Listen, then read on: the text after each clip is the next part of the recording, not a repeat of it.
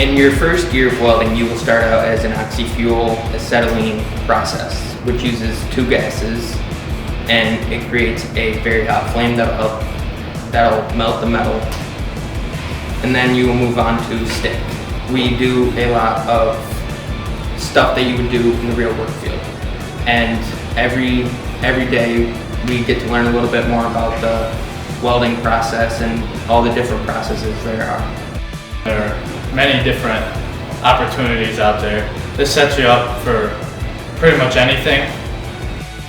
While you're here, you can also get your DOT certifications, AWS certifications, ASME certifications, and all that stuff is very crucial stuff to get you into all the different fields